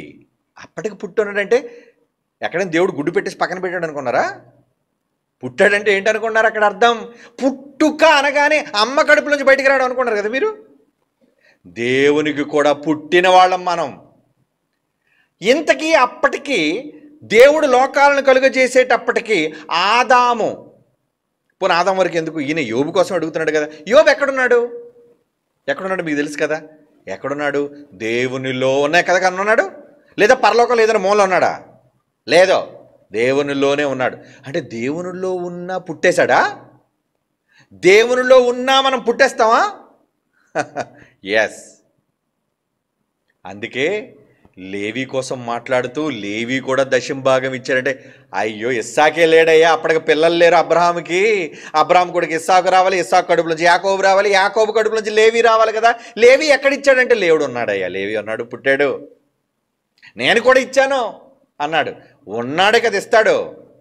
హెబ్రీ పత్రిక 7వ అధ్యాయం మీ అందరికీ తెలుసు, చదువుకోండి, టైం లేదు. ఆ సందర్భం చాలాసార్లు చెప్పాను మీకు. కనుక దేవునిలో మట్టి బొమ్మలోనికి రాకముందు, లోకాలను కలుగు చేయకముందు యోబు ఉన్నాడు అంటే నేను లేనా? మీరు లేరా? అందరం ఉన్నాం. యోబు పుట్టాడంటున్నాడా? వస్తాడంటున్నాడా? నీవు అప్పటికే పుట్టేసావయ్యా, పుట్టావు. Your born. పుట్టావు నువ్వు. అంటే దేవునిలో ఉండి పుట్టడం ఏంటి అంటే ఇతనికి పుట్టుకుందనా? కాదు. నేను పుట్టినప్పుడు నువ్వు పుట్టావయ్యా. లేదా దేవుడికి పుట్టుక లేదు కదా, నేనున్నప్పుడే నువ్వు ఉన్నావయ్యా. నేను ఎప్పుడైతే ఉన్నానో మరి దేవుడు ఎలా వచ్చాడు? ఎవడు సమాధానం చెప్పలేడు ఈ ప్రపంచంలో. ఎవడని చెప్పగలడా? దేవుడు పలానప్పుడు వచ్చాడండి, దేవుడు లేదా దేవుడిని పలానా వాళ్ళు కన్నారని కానీ దేవుడు పలానా విధంగా వచ్చాడని ఎవడూ చెప్పలేడు. అలాంటప్పుడు ఏం చేయాలి? మూసుకోవాలి అందరూ, అంతే కదా, నోరు మూసుకోవాలి. మనకు తెలియదా జవాబు? ఉన్నాడు, ఉన్నప్పటి నుంచి మాట్లాడండి. ఉన్నాడు, ఉన్నవానిలో మనమంతా ఉన్నామా లేదా? ఉన్నాం. దానికి ఆయన పుట్టాడు అన్నాడు. నువ్వు ఉన్నావయ్యా, నువ్వు పుట్టావయ్యా. మరి దేవునిలో ఉన్న యోబు పుట్టాడు, అయితే దేవుడు కూడా పుట్టాడనా? అలాగెలాగంటాం? ఆయన ఉన్నాడు, మనకు అర్థం కావడానికి నువ్వు పుట్టావయ్యా, నువ్వు ఉన్నావయ్యా అంటున్నాడు. అంటే దేహం లేకపోయినా పుట్టుక జరుగుతుంది. దేహం లేకపోయినా శాశ్వతులుగా మనం ఉంటున్నాం. ఎలా నీకు శాశ్వతం వచ్చింది? నిత్యత్వం నీకు ఎలా వచ్చింది? ఆయనలో ఉన్నానండి, నేను నిత్యుణ్ణి. దేవునిలో ఉన్నాను కనుక నేను నిత్యుణ్ణి. మరి దేవునిలో ఉన్న మీరు నిత్యులు. అందుకే మనం నిత్యమైన ఉనికి పట్టుకుపోతున్నాం అన్నాడు. ఇందాక మీరు ప్రసంగ గ్రంథాలు చదివి ఇంకా మీకు అర్థం కాదా? ఎందుకంటే క్షయ బీజం నుంచి కాదు కదా, అక్షయ బీజం అన్నాడు. మరలా దేవుడి నుంచి రావడం అంటే, దేవునిలో నుంచి అంటే అది నాశనం అయిపోయే బీజం కాదే, అంతం లేని బీజం. అది ముగింపు లేని బీజం, ప్రారంభం లేని బీజం. నీకు ఒకవేళ ముగింపు ఉంటే దేవుడికి కూడా ముగింపు ఉండాలి. నువ్వు చచ్చిపోతున్నావు అనుకో, నీ ఆత్మ చచ్చిపోతుంటే దేవుడు కూడా చచ్చిపోతాడు. నీ ఆత్మ పుడుతుంది అంటే దేవుడు కూడా పుట్టాడు. ఆయనకి ఏది అప్లై అవుతుంది, నీకు అదే అప్లై అవుతుంది. ఎందుకంటే ఆయన భాగం నువ్వు, ఆయన పార్ట్ నువ్వు. ఓకేనా? యెషయా గ్రంథం 41:4 చూడండి. యెషయా గ్రంథం 41:4, ఎవడు దీనిని ఆలోచించి జరిగించను ఆది నుండి. ఆది అంటే ఎప్పుడు? ఆది, ఇన్ ద బిగినింగ్, అంతే. ఆది నుండి మానవ వంశములను పిలిచిన వాడు నేను యెహోవానగు, నేనే మొదటివాడను, కడవరి వారితో ఉండువాడను. ఈయన మొదటివాడు ఏంటి? నేనే నెంబర్ 1 అన్నాడు. ఎవరికి నెంబర్ 1? ఎవరిలో నెంబర్ 1 ఈయన? అంటే నేనే ప్రారంభం, నేనే మొదటివాడను. ఏమండి? ఆది నుండి మానవ వంశములను పిలిచే, మనందరి వంశాలను ఎప్పుడు పిలిచాడట? ఆదిలో. ఆది యందు వాక్యం ఎప్పుడైతే ఉందో ఆదిలో. ఆది యందు ఎప్పుడు భూమి ఆకాశం సృజించాడో ఆదిలో, ప్రారంభంలో. అంటే మనందరికీ ఆది అంతం లేదా? లేదు. ఆది లేదు, అంతము లేదు. మీరు చెప్పుకుంటున్న ఈ పుట్టుక చావులు దేహానికి, ఆ అమ్మ కడుపులో నుంచి రావటం, శ్మశానంలోనికి పోవటం, ఇదా పుట్టుక మరణాలు అనుకున్నారు? యేసుప్రభుకి అది లేదు, పరిశుద్ధాత్మకి అది లేదు, నీకు నాకు లేదు, అసలు ప్రపంచంలో దేనికి లేదు, ఏ మనిషికి లేదు. నిత్యత్వం.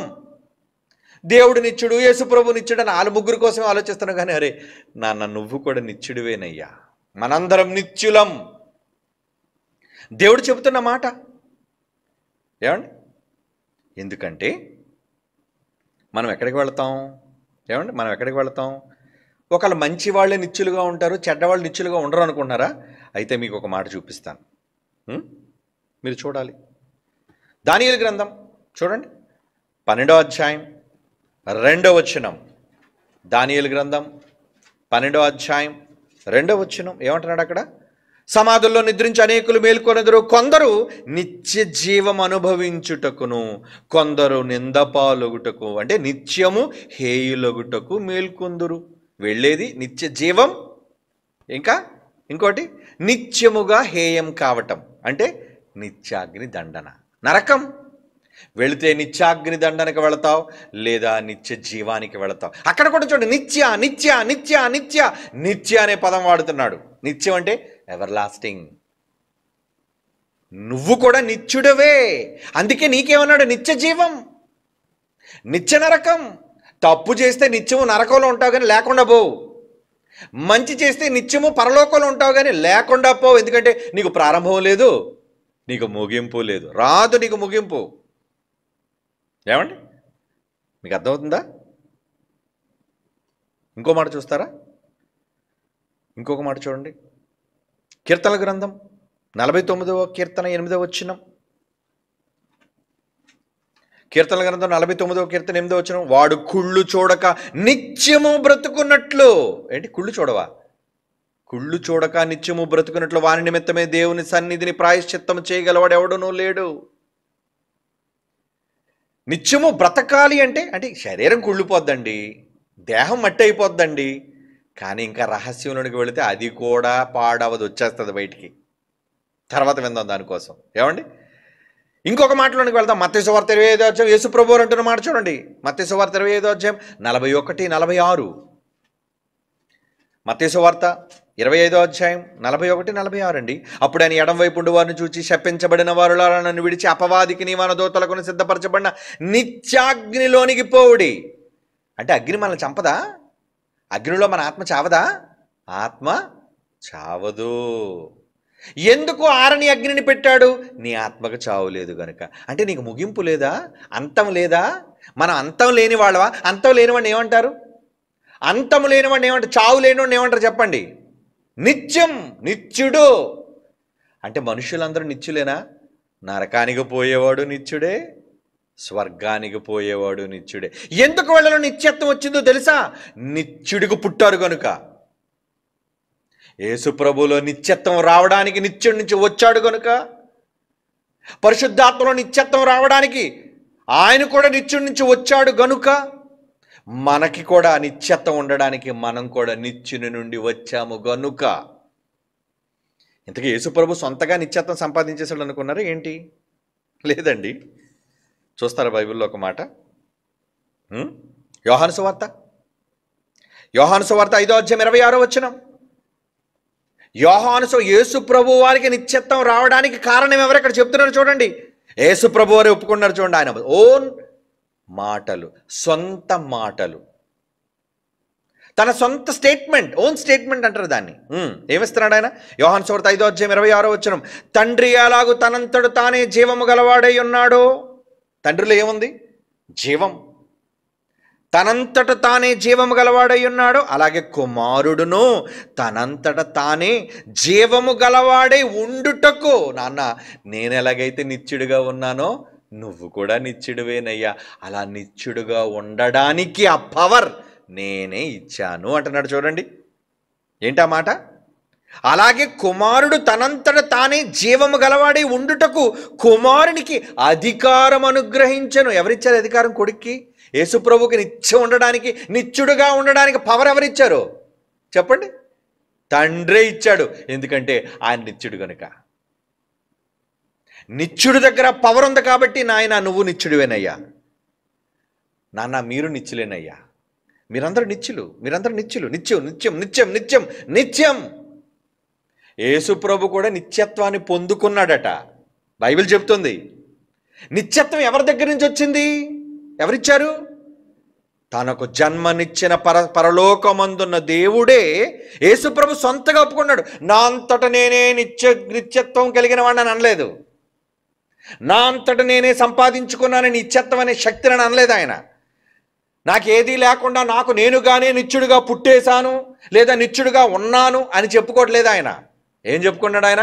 నాకు ఈ నిత్యత్వం ఎక్కడిదంటే, బాగా నోట్ చేసుకోండి, ఎందుకంటే చాలామంది అజ్ఞానులు ఈ మాటలు తెలియకే బీరకాయ పీచు చేస్తున్నారు బయట. ఇవి ఇంకా శాంపుల్స్, బైబిల్లో చాలా ఉన్నాయి. ఒకవేళ నిజంగా విషయాలు తెలుసుకోవడానికి ఏదైనా చర్చనీయాంశం వచ్చిందనుకోండి, చెప్పాను కదా నిన్నే, మా దగ్గర ప్రొఫెసర్లు ఉన్నారు, లెక్చరర్లు ఉన్నారు, చాలామందిని పంపిస్తాం. ఈ సబ్జెక్ట్ అంతా లోడ్ చేసి పంపిస్తాం వాళ్ళకి. మీరు చర్చించండి, కూర్చొని తెలుసుకోండి. బైబిల్ విశ్వవిద్యాలయం, సత్యానికి స్తంభమైన క్రైస్ట్ చర్చ్, నేను చెప్పే విషయాలు. యేసు ప్రభు నిత్యుడు ఎందుకు అయ్యాడంటే, ఇది నేనన్న మాట కాదు, ఆయనే స్వయంగా ఒప్పుకుంటున్నాడు. ఏమని? నేను నిత్యుడిని ఎలా అయ్యానంటే, నాకు ఈ నిత్యత్వం సొంతగా నాకు లేదు. చదవండి ఆ మాట. యోహాను సువార్త 5వ అధ్యాయం 26వ వచనం.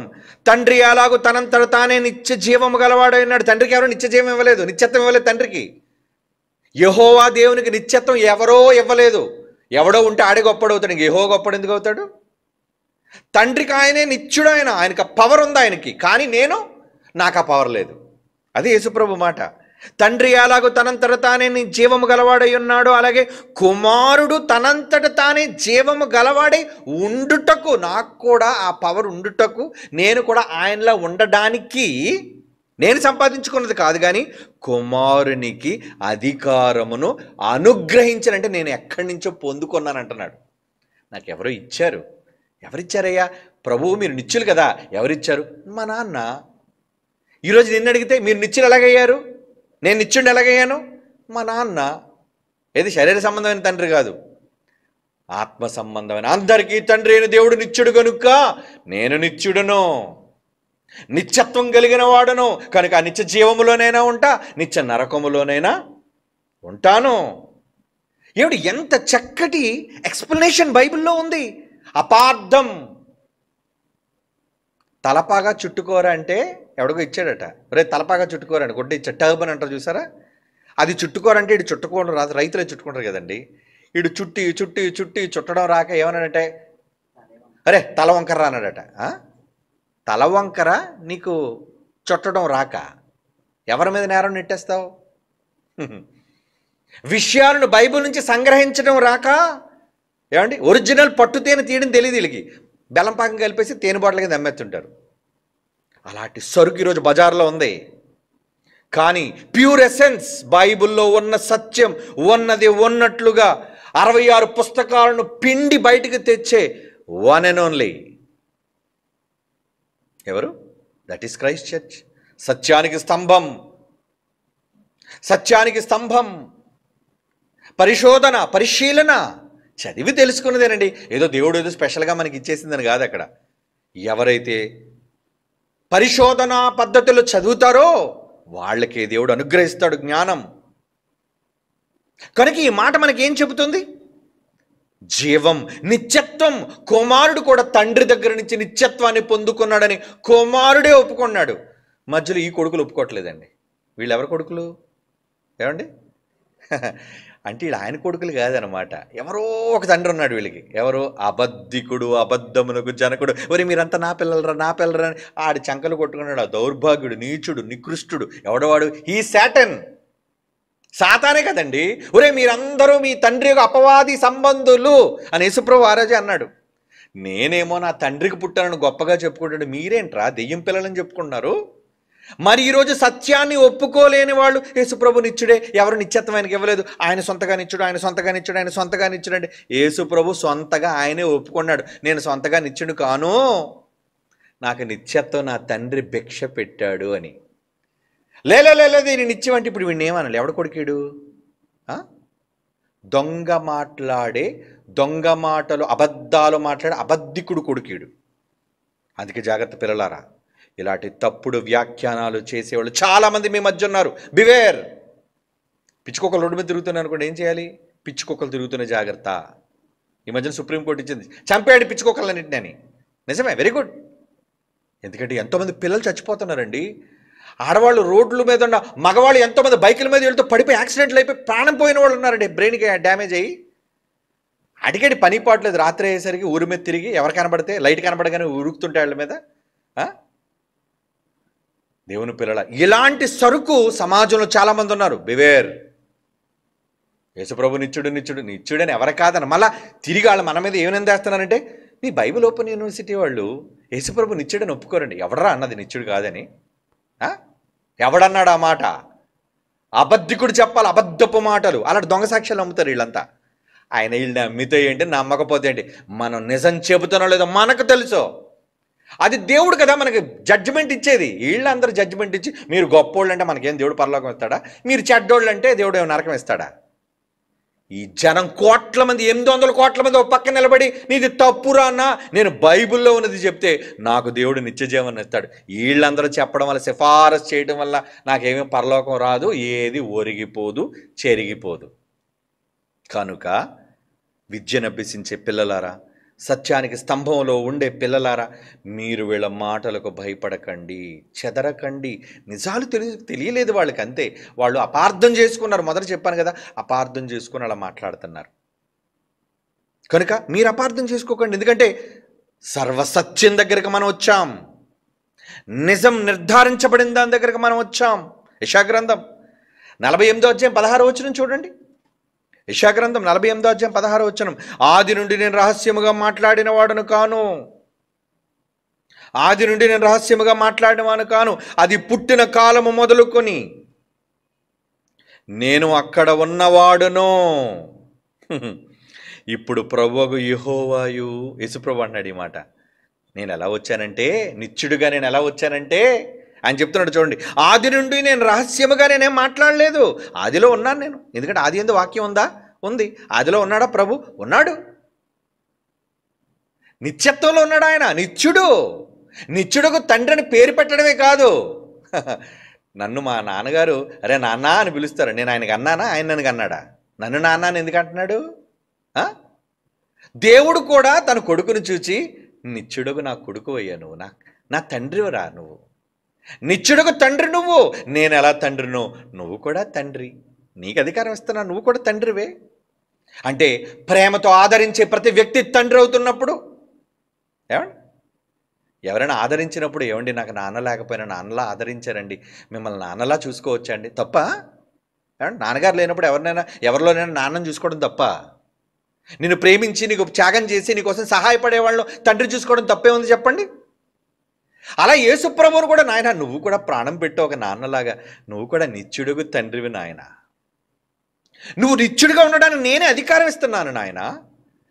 ఎంత అధికారం ఇచ్చినా పాపం యేసుప్రభు ఎంత మంచోడు చూడండి, నువ్వు నాతో సమానంగా. ఎందుకంటే యేసుప్రభువుని గురించి మాట్లాడుతూ ఫిలిప్పీ పత్రిక, ఆయన ఎలాంటి దాన్ని విడిచిపెట్టి వచ్చాడట, ఎలాంటి దాన్ని విడిచిపెట్టి, ఎలాంటి స్థాయిని విడిచిపెట్టి వచ్చాడా? ఆయన మనుష్యుడిగా పోలికగా పుట్టి, ఏమండి ఫిలిప్పీ పత్రిక 2వ అధ్యాయం, గబగబ తీయండి టైం అయిపోయింది, 6వ వచనం, ఆయన దేవుని స్వరూపము గలవాడై ఉండి దేవునితో సమానముగా ఉన్నాడా? దేవుడు తన దగ్గర సమానంగా పెట్టుకున్నాడా? నాయన నువ్వు నాతో ఈక్వల్ రా. ఎంత మంచి హృదయం అండి తండ్రిది, తన కొడుకును కూడా తనతో పాటు సమానంగా చూసుకునే గొప్ప మనసు మన తండ్రిది. ఆయన ఏమన్నాడట? నువ్వు నాతో సమానమయ్యా, నువ్వు నేనెంతో యెహోవాను, నువ్వు అంతే. అలాంటి స్థితిని వదులుకొని సమానముగా ఉండుట విడిచిపెట్టకూడని భాగ్యమని అనుకోలేదు, కానీ వదిలేసి ఆ సమానత్వాన్ని, దేవునితో సమానత్వాన్ని, తండ్రితో సమానత్వాన్ని వదిలేసుకొని ఏమండి కిందకు వచ్చేసాడు. యేసుప్రభు త్యాగం చేశాడు. ఏమండి ప్రతి ఆదివారం నేను మాట్లాడుతుంటానండి, తండ్రి గారు మాట్లాడుతుంటారండి ఇక్కడ కుర్చీలో కూర్చొని. కానీ మొన్న 2 సందర్భాల్లో నాకు ఒక విధంగా బాధ అనిపించింది. కానీ నిజంగా ఆయన చిన్నపిల్లల నా పక్కన కూర్చొని, అంటే ఆయన కుర్చీ నాకు ఇచ్చి సండే పూట నడిపించి అప్పటి వరకు వాక్యం చెప్పేసరికి వచ్చేసరికి మీరు చూసరికి సీట్ మారిపోయాడు. ఆయన సీట్ మారిపోయి ఎక్కడికి వెళ్ళిపోలేదు, ఆయన ఇక్కడే నా కుడి పక్కన కూర్చున్నాడు. అంటే తండ్రి స్థానంలో కొడుకు వచ్చాడు, కొడుకు స్థానంలో తండ్రి వెళ్ళిపోయాడు. ఆయన నా కొడుకు అయిపోయాడు ఇప్పుడు ఆయన. అవునా? కుడి పక్కన కొడుకు ఉంటాడు అనుకుంటే, ప్రసన్నబాబు గారు జైశాలి గారు పక్కన ఉంటారు, కుడి పక్కన అనుకుంటే కుడి పక్క ఎడం పక్క. ఇప్పుడు కుడి ఎడాలు పెద్ద ఆలోచించకండి, మళ్ళీ ఏదో ఉదాహరణగా మీకు చెప్తున్నాను అంతే. కనుక ఆ సండే పూట నేను మాట్లాడినప్పుడు ఆయనేమో కొడుకుగా నా స్థానంలో కూర్చున్నాడు, నేనేమో తండ్రి స్థానంలో కూర్చున్నాను. అప్పుడు నేనేమన్నప్పుడు వచ్చేసింది, ఇంక విర్రవీగిపోయి ఇంక నేనే అయిపోయాను డైరెక్టర్. ఆయన అనుకోకూడదు కొడుకుని. ఎంత నా తండ్రి నన్ను ప్రేమించి ఇచ్చినా మా నాన్నే, నన్ను కన్న మా డాడీని మించినోడు లేడు అని నేను అనుకోవాలి. అలాగే యేసుప్రభు అనుకున్నాడు. ఎలాగో తెలుసా? చూడండి, అరే బైబిల్ వండర్ఫుల్. బైబిల్ భావాలు అర్థం కాక అపార్థం చేసుకున్నారు వీళ్ళంతా. కొరింథీయులకు రాసిన మొదటి పత్రిక 15వ అధ్యాయం, ఈ లోకాన్ని అంతటిని నాశనం చేయడానికి యేసుప్రభుతో కొడుకుని పంపుతాడట. నాయనా నువ్వు వెళ్ళరా, ఇప్పుడు వెళ్ళి మొత్తం తీసుకొచ్చే సంఘాన్ని అనేటప్పుడు వచ్చి భూమి మీద ఉన్న అధికారాలను మొత్తం సమస్తాన్ని కొట్టివేసి, చదవండి ఆ మాట, 15వ అధ్యాయం 27, 28, దేవుడు సమస్తమును క్రీస్తు పాదముల క్రింద లోపరిచేశాడు. ఆయన ముల్లోకాలు నీవేరా, కూర్చోరా, కుర్చీ నీదేరా. నాన్నగారు మీరుంటే నేను కూర్చోవడం ఏంటండి? పర్లేదురా కూర్చో.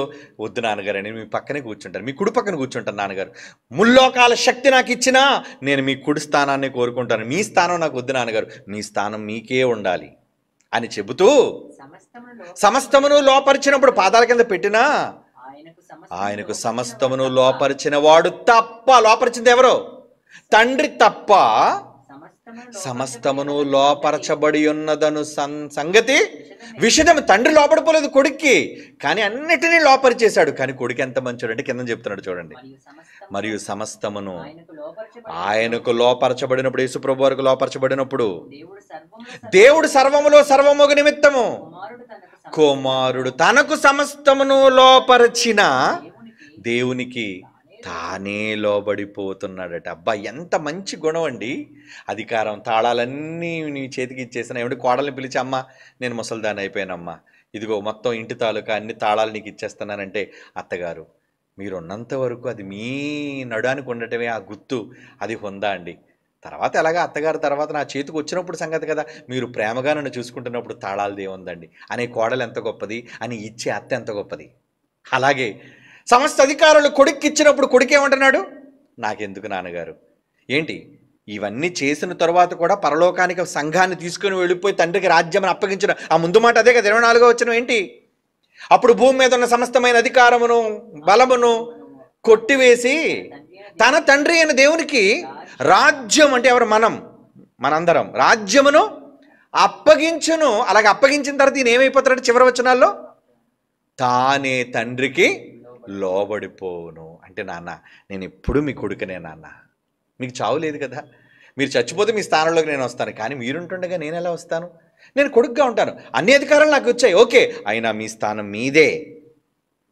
అదండి తండ్రి కొడుకుల అనుబంధం, వాళ్ళిద్దరి మధ్యలో ఉన్న సత్సంబంధం. అసలు ఎవరూ లేరు, ముగ్గురు ఒకటైన పాకం చేశారండి. ఏమండి, తండ్రి లేడు, కొడుకు లేడు, పరిశుద్ధాత్మను లేడు, ఏక వ్యక్తే త్రిపాత్రాభినయం చేశాడు. ఏంటి అవతారాలు అనుకున్నారంటే అవతారాల పురుషుడు కింద. ఆ సబ్జెక్ట్ వేరులేండి, ముగ్గురు ఒక్కటే అనేది వేరు. ఇక్కడ మనం మాట్లాడుతుంది నిత్యత్వం కదా. అంటే బైబిల్ అర్థం కాక ఎవరికి తోచినట్లుగా వారు మాట్లాడి బైబిల్లో ఈ భావాలను అర్థం చేసుకుండా తమ స్వకీయ నాశనానికి అపార్థం చేసుకుంటున్నారు. వద్దు సోదరులారా, మిమ్మల్ని ప్రేమించి చెబుతున్నాను, మిమ్మల్ని అవమానపరచాలను, మిమ్మల్ని కించపరచాలను, మీరు తప్పు చెప్పారని మిమ్మల్ని వేలెత్తి చూపించాలని కాదు నా ఉద్దేశం. సత్యం తెలుసుకుందాం. నిత్యుడు నిత్యుడు నిత్యుడు యేసుప్రభు నిత్యుడు యేసుప్రభు నిత్యుడు అని అంటున్నారే, తండ్రి నిత్యుడు, యేసుప్రభు నిత్యుడు, పరిశుద్ధాత్మ దేవుడు నిత్యుడు. యేసుప్రభు నిత్యుడిగా ఉండడానికి తండ్రి అధికారం ఇచ్చాడు. అలాగే మనం కూడా నిత్యులుగా ఉండడానికి మనల్ని నిత్యులుగా చేశాడండి. మన పిల్లలం అండి, ఆయన గర్భాన పుట్టిన వారసులం అండి. దేవునితో పాటు క్రీస్తుతో కూడిన వారసులం, క్రీస్తు తోడి వారసులం అంటాడు చూడండి. రోమపత్రిక 8వ అధ్యాయం అనుకుంటాను చూడండి, ఆఖరి మాటలు 29-30 అనుకుంటాను. ఏమండి కరెక్ట్ చూడండి ఆ వచనం, 17వ వచనం. ఎస్, రోమపత్రిక 8వ అధ్యాయం 17. మనం పిల్లలమైతే వారసులం, మనం తండ్రికి వారసులం కదా. అనగా దేవుని వారసులం, క్రీస్తుతో కూడా మహిమ పొందుటకు ఆయనతో ఒకవేళ మీరు కష్టపడితే క్రీస్తుతోడి వారసులం అంటున్నాడు చూడండి. అంటే క్రీస్తు వారసుడే, మనము వారసులమే. ఆయన కొడుకే, మనం కుమారులమే. ఏమండి, మనమంతా వారసులం. అంటే ఒక తండ్రికి పిల్లలుగా వీళ్ళందరూ వారసులు. ఇంకా చాలా సబ్జెక్ట్ ఉందండి, కానీ మనం మాట్లాడుకునేది ముగ్గురు కోసం కాదు. ఏమండి, ఇప్పుడు మన అంశం ఏంటంటే నిత్యత్వం. అంటే యేసుప్రభు నిత్యుడా? ఎందుకు నిత్యుడు? తండ్రి ఇచ్చాడు, నాయన నువ్వు నిత్యుడిగా ఉండు నాయన. అలాగే మనం కుమారులుగా ఆయన గర్భవాసం నుంచి పుట్టిన మనమంతా కూడా నిత్యులమా కాదా? ఏమండి, అవును నిత్యులమే, నిత్యులమే. కనుక నిత్య జీవంలోనైనా ఉండాలి, నిత్య నరకంలోనైనా ఉండాలి. ఎందుకు వాటిన్నిటినీ నిత్య నరకం నిత్య జీవం ఎందుకు పేరు పెట్టాడంటే, నువ్వు నిత్యుడు గనుక నీకు నాశనము లేదు నీ జీవానికి. హెబ్రీ పత్రిక చివరిగా చదువుకుందాం, 7వ అధ్యాయం 15వ వచనం. హెబ్రీ పత్రిక 7వ అధ్యాయం 15వ వచనం.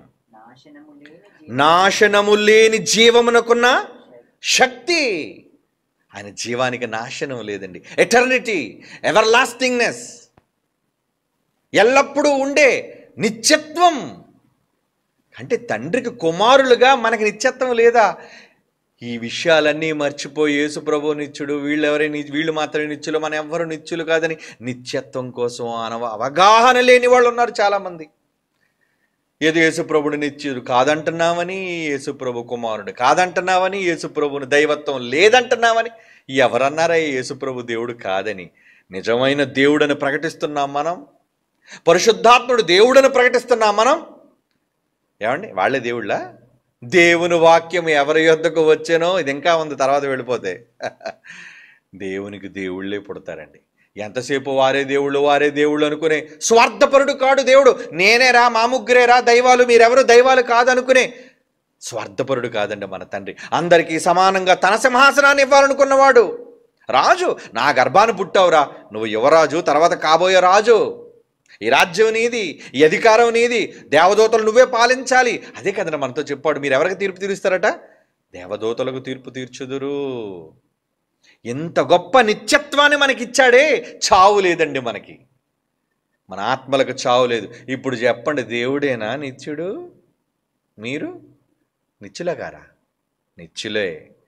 భూమి మీద పుట్టిన ప్రతి మనిషి, వాడు చెడ్డవాడైనా వాడు మంచివాడైనా, వాడిలో ఉన్న బీజం అక్షయ బీజం నుంచి వచ్చింది. శాశ్వతుడుగు దేవుని బీజము నుంచి పుట్టారు కాబట్టి వాళ్ళకి చావు లేదు. చావు లేదంటే దేహ సంబంధమైన చావు కాదండి, నరకం అనే నిత్య శిక్ష వాళ్ళకి లేదు. నరకంలోకి వెళ్ళినా మరణం అంటారు కానీ అక్కడ వాడికి చావు లేదు. ఆత్మ చావదు, అక్కడ మంటలు ఆరవు. నిత్య జీవంలో నీకు ముగింపు లేదు, నీకు సంతోషాలు ఆగవు.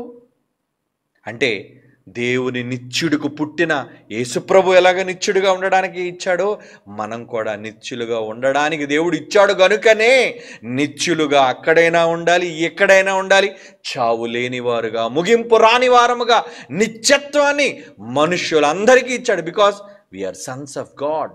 దేవుని కుమారులం మనమంతా, స్త్రీలేనా. కాబట్టి నిత్యత్వం దేవునికేనా? ఏమండి, నిత్యత్వం దేవునికేనా? నో. లేదా నిత్యత్వం తండ్రి కుమార పరిశుద్ధాత్మకేనా? అందరం నిత్యులం, అందరం నిత్యత్వాన్ని కలిగిన వాళ్ళం. అది బైబిల్ చెప్తుంది. సంతోషించాలనుకున్నాను. God bless you all. కళ్ళు మూసుకోండి, ప్రార్థన చేసుకుందాం. పరిశుద్ధమైన తండ్రి దేవా, మీ అమూల్యమైన మాటలను అవగాహన లేని ఎందరో తండ్రి అపార్థం చేసుకుంటున్నారయ్యా. వాళ్ళని చూసి మేము జాలి పడుతున్నాం. మీ కుమారుడు మహాసంగతులు బయలుపరిచాడు, ఆయన ద్వారా మీరు చెప్పారు, పరిశుద్ధాత్మ దేవుడి ద్వారా ఇంకా బాగా వివరించారు, సంపూర్ణతలోనికి మమ్మల్ని తీసుకుని వెళ్ళారు. నాయన తండ్రిగా మీరు పంపిన కుమారునిగా యేసు ద్వారా, అలాగే మీరు పంపిన మరో కుమారుడు ఎల్లప్పుడూ మా దగ్గర ఉంటే ఒక పరిశుద్ధాత్మ దేవుని ద్వారా, ముగ్గురు మీరు కుటుంబం, పరలోకమందున్న మీ కుటుంబం, భూమి మీద ఉన్న మమ్మల్ని అందరినీ కుటుంబాలుగా గుర్తించారు తండ్రి. అది మేము గొప్ప భాగ్యంగా ఎంచుకుంటున్నాం. కుటుంబం యొక్క విలువలను ఎరిగిన వారముగా మేము బ్రతికే వారముగా ముందులాగున మా అందరి మనోనేత్రాలు వెలిగించి మాలో ఉన్న అల్లరిని రూపుమాపి ప్రేమ, సఖ్యత, సమాధానం, శాంతిని క్రైస్తవ సమాజం పొందగలుగుటకు కృప చూపవలసిందిగా వేడుకొనుచు యేసుక్రీస్తు వారి పరిశుద్ధమైన నామంలో ఈ ప్రార్థన మీకు సమర్పించుచున్నాము తండ్రి. ఆమెన్.